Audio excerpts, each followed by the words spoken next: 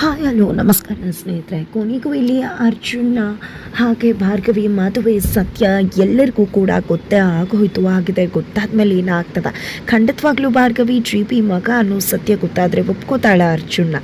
ಇದು ಎಲ್ಲದ್ರ ಜೊತೆಗೆ ಕತೆಗೆ ಭಾರಿ ಟ್ವಿಸ್ಟ್ ಸಿಗ್ತದೆ. ಭಾರ್ಗವಿನ ಮನೆಯಿಂದ ಹೊರಗಡೆ ಹಾಕ್ತಿದ್ದಾರೆ ರವೀಂದ್ರ ಭಟ್ಕಲ್. ಏನಾಯಿತು ಏನು ಕತೆ ಇದು ಎಲ್ಲವನ್ನ ಕೂಡ ತಿಳ್ಕೊಬೇಕು ಅಂದರೆ ಈಗಲೇ ನಮ್ಮ ಈ ಚಾನಲ್ನ ಸಬ್ಸ್ಕ್ರೈಬ್ ಮಾಡಿ, ಹಾಗೆ ಒಂದು ವಿಡಿಯೋವನ್ನು ಪೂರ್ತಿಯಾಗಿ ನೋಡೋದನ್ನು ಯಾವುದೇ ಕಾರಣಕ್ಕೂ ಕೂಡ ಮರಿಬೇಡಿ. ಆ ಒಂದು ಕ್ಷಣ ಅರ್ಜುನ್ ಭಾರ್ಗವಿನ ಕಳ್ಕೊಂಡ್ಬಿಡ್ತೀನಿ ಅನ್ನೋ ಭಯದಲ್ಲಿ ಭಾರ್ಗವಿ ಕುತ್ತಿಗೆಗೆ ಭಾರ್ಗವಿ ಪರ್ಮಿಷನ್ ತಗೊಳ್ದೆ ತಾಳಿ ಕಟ್ಬಿಟ್ರು.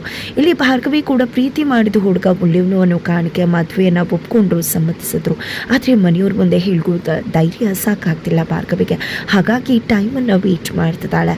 ಹೇಳಬೇಕು ಅಂತ ಅಂದ್ಕೊಳ್ಳೋ ಟೈಮಲ್ಲಿ ಸಂಧ್ಯಾ ಸಾವಾಗೋಯ್ತು. ಆ ಕಡೆ ಅರ್ಜುನ್ಗೆ ಹೇಗೆ ತಂದೆ ಮುಂದೆ ತನ್ನ ಸತ್ಯವನ್ನು, ಮದುವೆ ಸತ್ಯವನ್ನು ಹೇಳಬೇಕು ಅಂತ ಗೊತ್ತಾಗ್ತಿಲ್ಲ.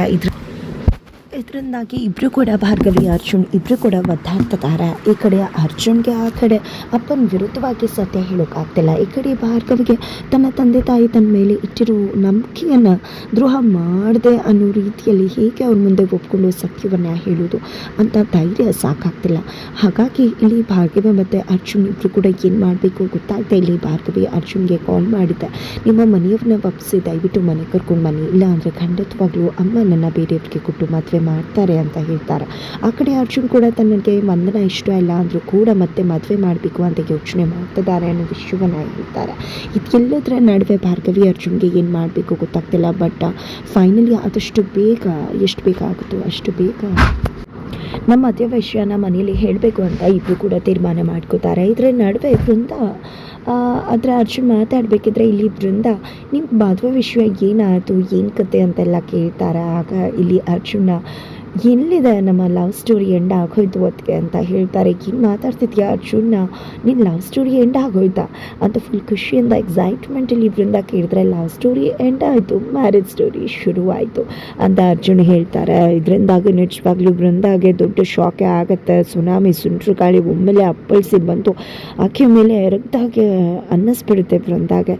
ಹಾಗಾಗಿ ಏನು ಮಾತಾಡ್ತಿದ್ಯಾ ಅರ್ಜುನ್, ತಲೆಗೆಟ್ಟಿದ್ಯಾ ನಿನಗೆ? ಮದುವೆ ಆಗ್ತಿದ್ದೀನಿ ಅಂದರೆ ಏನು ಅರ್ಥ? ಅಪ್ಪ ಅಮ್ಮಂಗೆ ಹೇಳ್ದೆ ಕೇಳ್ದೆ ಯಾರಾದರೂ ಮದುವೆ ಆಗ್ತಾರಾ? ನೀನು ನಿಜ ಹೇಳ್ತಿದ್ಯಾ ತಮಾಷೆ ಮಾಡ್ತಿದ್ಯಾ ಅಂದಾಗ ನಿಜವಾಗ್ಲೂ ಅದಕ್ಕೆ ನಿಜವಾಗ್ಲೂ ನನ್ನ ಭಾರ್ಗವಿ ಮದುವೆ ಆಗೋಯ್ತು, ಭಾರ್ಗವಿ ನನ್ನ ಹೆಂಡತಿ ಅಂತ ಹೇಳ್ತಾರೆ. ಈ ಕಡೆ ಬೃಂದಾಗೆ ಏನು ಮಾಡಬೇಕು ಗೊತ್ತಾಗೋದಿಲ್ಲ. ಈ ಕಡೆ ಅರ್ಜುನ್ ವಿರುದ್ಧ ತಿರುಗಿದ್ರೆ ಅವನ ವಿಶ್ವಾಸವನ್ನು ಕಳ್ಕೊಬೇಕಾಗತ್ತೆ ಅಂತ ಯೋಚನೆ ಮಾಡಿದೆ. ಮತ್ತೆ ಸಾಫ್ಟ್ ಆಗಿದೆ. ಹೌದಾ ಅರ್ಜುನ್ ಮದುವೆ ಆಗೋಯ್ತಾ? ಹಾಗಿದ್ರೆ ಏನು ಮಾಡೋದು? ಮನೆಯಲ್ಲಿ ಗೊತ್ತಾದರೆ ಏನಾಗ್ಬೋದು? ಹಾಗಿದ್ರೆ ನೀನು ಜಿ ಮಗ ಅನ್ನೋ ಸತ್ಯ ಭಾರ್ಗವಿಗೆ ಗೊತ್ತಿದೆಯಾ ಅಂತ ಕೇಳಿದಾಗ ಇಲ್ಲ ಅದಕ್ಕೆ ನಾನು ಜಿ ಮಗ ಅನ್ನೋ ಸತ್ಯ ಭಾರ್ಗವಿಗೆ ಗೊತ್ತಿಲ್ಲ ಅಂದಾಗ ಹೌದಾ, ಗೊತ್ತಾದರೆ ಖಂಡಿತ ಅವಳನ್ನ ಒಪ್ಕೋತಾಳ ಅಂತ ಪ್ರಶ್ನೆ ಮಾಡ್ತಾರೆ. ಗೊತ್ತಿಲ್ಲ ಅದಕ್ಕೆ, ಅದೇ ಧೈರ್ಯ ಸಾಕಾಗ್ದೆ ನೀನು ಕೂಡ ಜಿ ಮಗ ಅನ್ನೋ ಸತ್ಯವನ್ನು ಹೇಳಲಿಕ್ಕೆ ಹೋಗಿಲ್ಲ ಅಂತ ಹೇಳ್ತಾರೆ. ತದನಂತರ ಈ ಒಂದು ವಿಷಯವನ್ನು ದಯವಿಟ್ಟು ಯಾರ ಹತ್ರ ಕೂಡ ಹೇಳಬೇಡಿ ಅದಕ್ಕೆ, ಯಾಕಂದರೆ ಈ ವಿಷಯ ಯಾರಿಗೂ ಕೂಡ ಗೊತ್ತಿಲ್ಲ ಅಂದಾಗ ಯಾರಿಗೂ ಕೂಡ ಗೊತ್ತಿಲ್ವಾ, ನನಗೆ ಮಾತ್ರ ಗೊತ್ತಿಲ್ವಾ ಅಂತ ಬೃಂದ ಕೇಳಿದಾಗ ಇಲ್ಲ ಶಕ್ಕುಗೂ ಕೂಡ ಗೊತ್ತಿದೆ ಅಂತ ಹೇಳ್ತಾರೆ. ಈ ಕಡೆ ಅಜ್ಜಿ ಈ ವಿಷಯ ತಿಳ್ಕೊಂಡು ಸೈಲೆಂಟ್ ಆಗಿದೆಯಾ ಅಂತ ಬೃಂದ ಅನ್ಕೋತಾಳೆ. ತದನಂತರ ಈ ವಿಷಯನ ಯಾರಿಗೂ ಹೇಳಬೇಡಿ ಅಂತ ಅರ್ಜುನ ಹೇಳಿಬಿಡ್ತಾರೆ. ಹಾಗಾಗಿ ಇಲ್ಲ ಅರ್ಜುನ ನಾನು ಯಾರಿಗೂ ಹೇಳುವುದಿಲ್ಲ ಅಂತ ಹೇಳಿದೆ. ನಾನು ಯಾರಿಗೂ ಹೇಳಲ್ವಾ? ಖಂಡಿತ ಯಾರಿಗೆ ಹೇಳಬೇಕೋ ಅವ್ರಿಗೆ ಹೇಳ್ತೀನಿ, ಆಮೇಲೆ ಏನಾಗಬೇಕೋ ಅದಾಗುತ್ತೆ. ಯಾವುದೇ ಕಾರಣಕ್ಕೂ ವಂದನ ಬಿಟ್ಟು ಈ ಜಾಗಕ್ಕೆ ಭಾರ್ಗವಿ ಮನೆಗೆ ಎಂಟ್ರಿ ಕೊಡಲೇಬಾರ್ದು. ಏನಾದರೂ ಎಂಟ್ರಿ ಕೊಟ್ಟರೆ ಖಂಡಿತವಾಗ್ಲೂ ನನ್ನ ಸಂಸಾರ ಹಾಳಾಗುತ್ತೆ. ಚರಣ್ ಮತ್ತಷ್ಟು ತಲೆ ಕೆಡಿಸ್ಕೋತಾನೆ. ಖಂಡಿತ ಇದು ಸಾಧ್ಯ ಆಗಬಾರ್ದು ಅಂದರೆ ಖಂಡಿತ ನಾನು ಈ ಭಾರ್ಗವಿಗೆ ಸರಿಯಾಗಿ ಚಟ ಕಟ್ಟಲೇಬೇಕು ಅಂತ ಯೋಚನೆ ಮಾಡ್ತಾರೆ. ತದನಂತರ ಇಲ್ಲಿ ಬೃಂದ ತನ್ನ ಅಪ್ಪನ ಮನೆಗೆ ಬರ್ತಿದ್ದಾಳೆ. ಅದರ ನಡುವೆ ಈ ಕಡೆ ಭಾರ್ಗವಿ ಹತ್ರ ಅಮ್ಮ ಮಾತನಾಡ್ತಿದ್ದಾರೆ.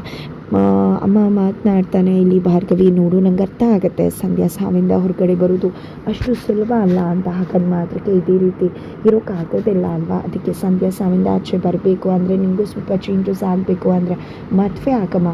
ನಾನು ಈ ರೀತಿ ಹೇಳ್ತಿದ್ದೀನಿ ಅಂತ ತಪ್ಪು ತಿಳ್ಕೊಬೇಡ. ಖಂಡಿತ ನೀನೇನಾದರೂ ಮದುವೆ ಆದರೆ ಆ ಒಂದು ಬರದಲ್ಲಿ ಖಂಡಿತ ನೀನು ಸಂಧ್ಯಾನ ಕೂಡ ಮರಿಬೋದು. ನನಗೂ ಕೂಡ ಸಂಧ್ಯಾನ ಮರಿತೋಗೋಕ್ಕಾಗೋದಿಲ್ಲ. ನಾನು ಮಾರ್ಕೆಟ್ಗೆ ಹೋಗಬೇಕಾದ್ರೆ ನಾನು ಕರೀಲಿಲ್ಲ ಅಂದರೂ ನನ್ನ ಜೊತೆ ಬರ್ತಿದ್ಲು. ಅದಕ್ಕೋಸ್ಕರ ಹೇಳ್ತಾ ಇದ್ದೀನಿ ಮದುವೆ ಆಗು ಅಂತ ಹೇಳ್ತಿದ್ದಾರೆ. ಈ ಕಡೆ ಅಮ್ಮ ಯಾವಾಗಲೂ ಮದುವೆ ಆಗು ಅಂತೀಯಲ್ಲ, ಹುಡುಗ ಹೇಗಿರಬೇಕು ಅಂದಾಗ ನಿನ್ನನ್ನು ತುಂಬ ಚೆನ್ನಾಗಿ ಕಾರಲ್ಲಿ ಕರ್ಕೊಂಡು ಹೋಗ್ತಕ್ಕಂಥ ಮಹಾರಾಜನ ಥರ ಇರಬೇಕು ಅಂತ ಖಂಡಿತ ನಾನು ಹೇಳೋದಿಲ್ಲ. ನಿನ್ನನ್ನು ಅರ್ಥ ಮಾಡಿಕೊಂಡು ನಿನ್ನನ್ನು ತುಂಬ ಪ್ರೀತಿಸು, ನಿನ್ನ ತುಂಬ ಚೆನ್ನಾಗಿ ನೋಡ್ಕೊಳ್ಳು. ಹುಡುಗ ನಿನ್ನವನಾಗಬೇಕು, ಅವನಿಗೆ ಆಸ್ತಿ ಅಂತಸ್ತು ಎಷ್ಟಿದೆ ಅನ್ನೋದಲ್ಲ, ನಿನ್ನನ್ನು ಹೇಗೆ ನೋಡ್ಕೋತಾನೆ ಅನ್ನೋದಷ್ಟೇ ನಮಗೆ ಮುಖ್ಯ ಆಗುತ್ತೆ.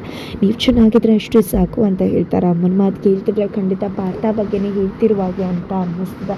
ಆದರೆ ಹೇಗೆ ಹೇಳಿ ಅಂತಲೇ ಅರ್ಥ ಆಗ್ತಿಲ್ಲ. ಮುಹೂರ್ತನೇ ಕೂಡಿ ಬರ್ತಿಲ್ವಲ್ಲಪ್ಪ ಅಂತ ಭಾರ್ಗವಿ ಅನ್ಕೋತಾಳೆ. ನಂತರ ಇಲ್ಲಿ ಅಮ್ಮ ನೋಡು ಭಾರ್ಗವಿ, ನೀನು ಕೂಡ ನಿಮ್ಮ ಅಕ್ಕನ ಥರ ಹೋಗೋದು ಮಾಡೋದಿಲ್ಲ ಅಂತ ಗೊತ್ತು. ನಿಮ್ಮ ಅಕ್ಕ ಮದುವೆ ನಾವು ಓಡಿ ಹೋಗಿ ಆದ್ಲು, ಅದರಿಂದ ನಮ್ಗೆ ಎಷ್ಟು ಮರ್ಯಾದೆ ಹೋಯಿತು.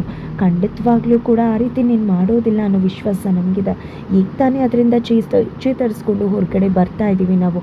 ನೀನು ನಾನು ಪ್ರೀತಿ ಮಾಡಿದರೆ ಹೇಳು, ಅವ್ರನ್ನ ಮನೆ ಕರ್ಕೊಂಡು ಅವ್ರ ಜೊತೆ ಮಾತಾಡಿ ಅವ್ರ ಜೊತೆ ನಿನ್ನ ಮದುವೆ ಮಾಡಿಸ್ತೀವಿ ಅಂತ ಅಮ್ಮ ಹೇಳ್ತಿದ್ದಾಗ ಈ ಕಡೆ ಭಾರ್ಗವಿ ತತ್ತರಿಸಿ ಹೋಗ್ತಾರೆ.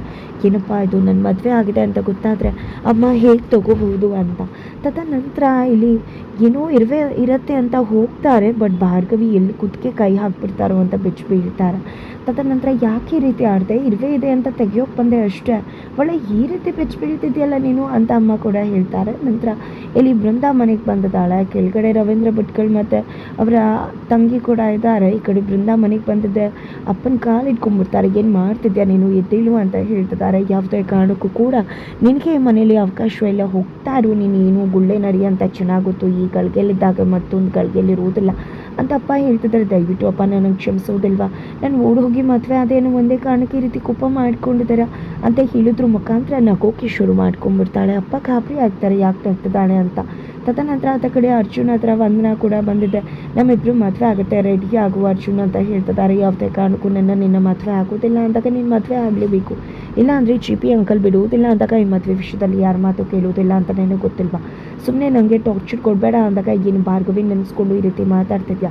ಅವಳು ಸಂಧ್ಯಾಗೆ ನ್ಯಾಯ ಕೊಡ್ಸೋಕ್ಕಾಗಲಿಲ್ಲ ಫಸ್ಟ್ ಕೇಸ್ಗೆ, ಅಂಥದ್ರಲ್ಲಿ ನಿನ್ನನ್ನು ಮದುವೆ ಆಗಿ ಏನು ಮಾಡ್ತಾಳೆ ಅಂದ್ಕೊಂಡಿದ್ಯಾ ಅಂದಾಗ ನನ್ನ ಹೆಂಡತಿ ಬಗ್ಗೆ ಈ ರೀತಿ ಎಲ್ಲ ಮಾತಾಡಬೇಡ ಅಂತ ಅರ್ಜುನ್ ಹೇಳ್ತಾರೆ. ಒಂದು ಕ್ಷಣ ಬಂದನ ಶಾಕ್ ಆಗ್ತಾಳೆ. ಹೆಂಡತಿ ಆಗ್ತಾಳೆ ಅಂತ ಅಂದ್ಕೊಂಡು ಕನಸು ಕಾಣ್ತಿದ್ಯಾ, ಅದು ಯಾವುದೇ ಕಾರಣಕ್ಕೂ ಸಾಧ್ಯ ಇಲ್ಲ. ನಾನೇ ನಿನ್ನ ಹೆಂಡತಿ ಆಗೋದು. ನೀನು ಚಿಪಿ ಮಗ ಅಂತ ಗೊತ್ತಾದರೆ ಭಾರ್ಗವಿ ಸುಮ್ಮನೆ ಬಿಡ್ತಾಳೆ ಅಂದ್ಕೊಂಡಿದ್ಯಾ. ಖಂಡಿತ ನಿನ್ನ ತಿರುಗು ಕೂಡ ನೋಡೋದಿಲ್ಲ. ನಾನು ನಿನ್ನನ್ನು ಅವಳಿಂದ ದೂರ ಮಾಡೋದಲ್ಲ, ಅವಳೇ ನಿನ್ನನ್ನು ದೂರ ಮಾಡಿಬಿಡ್ತಾಳೆ ಅಂತ ವಂದನ ಹೇಳಿದಾಗ ಇಲ್ಲಿ ಅರ್ಜುನ್ಗೆ ನಿಜಾನ, ಹಾಗಿದ್ರೆ ನಾನು ಚಿಪಿ ಮಗ ಅಂತ ಗೊತ್ತಾದರೆ ನಾನು ಭಾರ್ಗವಿನ ಕಳ್ಕೊಂಡ್ಬಿಡ್ತೀನ ಅಂತ ಭಯ ಶುರುವಾಗಿದೆ. ಈ ಕಡೆ ಬೃಂದ ಹೋದೆ ನಾನು ಈ ಮನೆಗೆ ಬರಬಾರ್ದು, ಹಾಗಾದರೆ ನಿಮ್ಮ ಭಾರ್ಗವಿ ಮದುವೆ ಆಗಿದ್ದಾಳಲ್ಲ ಕದ್ದು, ಅದಕ್ಕೇನು ಹೇಳ್ತೀರಾ, ಅವಳನ್ನೂ ಕೂಡ ಮನೆಯಿಂದ ಆಚೆ ಹಾಕಬೇಕಲ್ವ ಅಂತ ಹೇಳ್ತಿದ್ರೆ ಅವ್ರ ತಂದೆ ನನ್ನ ಮಗಳು ಅಂಥ ಕೆಲಸ ಮಾಡೋದಿಲ್ಲ, ಪ್ರೀತಿ ಮಾಡಿದ್ರೆ ನನ್ನ ಕಣ್ಮುಂದೆ ತೊಗೊಂಡು ಬಂದು ನಿಲ್ಲಿಸ್ತಾಳೆ, ನಾನೇ ಅವ್ರಿಗೆ ಮದುವೆ ಮಾಡಿಸ್ತೀನಿ ಅಂತ ಅಪ್ಪ ಹೇಳ್ತಾರೆ. ಹೌದಾ ಅಂತ ಹೇಳಿದ್ರ ಮುಖಾಂತರ ಇಲ್ಲಿ ಭಾರ್ಗವಿ ಮತ್ತು ಅವರ ಅಮ್ಮ ಒಳಗಡೆ ಬರ್ತಿದ್ದಾಗೆ ಭಾರ್ಗವಿ ಕುತ್ತಿಗೆಗೆ ಕೈ ಹಾಕಿದ್ದೆ. ಭಾರ್ಗವಿ ತಾಳಿನ ಕಿತ್ತು ಮನೆಯವ್ರ ಮುಂದೆ ತರ್ತಿರ್ತಿದ್ದಾಳೆ. ಇಲ್ಲಿ ಮನೆಯವರೆಲ್ಲರೂ ಕೂಡ ಶಾಕ್ಗೆ ಒಳಗಾಗ್ತಿದ್ದಾರೆ. ಕೊನೆಗೂ ಭಾರ್ಗವಿ ಮದುವೆ ಆಗಿದ್ದಾಳೆ ಅನ್ನೋ ವಿಷಯ ಗೊತ್ತಾಗಿದೆ. ಅಪ್ಪ ಇವಳು ಕೂಡ ಮೋಸ ಮಾಡಿದ್ಲು, ದ್ರೋಹ ಮಾಡಿದ್ಲು ಅಂತ ಹೇಳಿ ಮನೆಯಿಂದ ಹೊರಗಡೆ ದಬ್ತಿದ್ದಾರೆ. ಇದ್ರ ಮುಖಾಂತರ GP ಪಾಟೀಲ್ನ ಮನೆಗೆ ಅರ್ಜುನ ಕರೆದೊಯ್ತಿದ್ದಾರೆ. ಹಾಗಿದ್ರೆ ಏನಾಗುತ್ತೆ ಮುಂದೆ, ಅಲ್ಲಿ ಅರ್ಜುನ GP ಮಗ ಅಂತ ಗೊತ್ತಾದರೆ ಅಲ್ಲಿ ಅರ್ಜುನನ್ನೇ ಬಿಟ್ಟು ಬಿಡ್ತಾಳ ಭಾರ್ಗವಿ. ಏನಾಗುತ್ತೆ ತಿಳ್ಕೊಬೇಕು ಅಂದರೆ ಮುಂದೆ ನಾವು ವೀಡಿಯೋಗೆ ವೇಟ್ ಮಾಡಿ.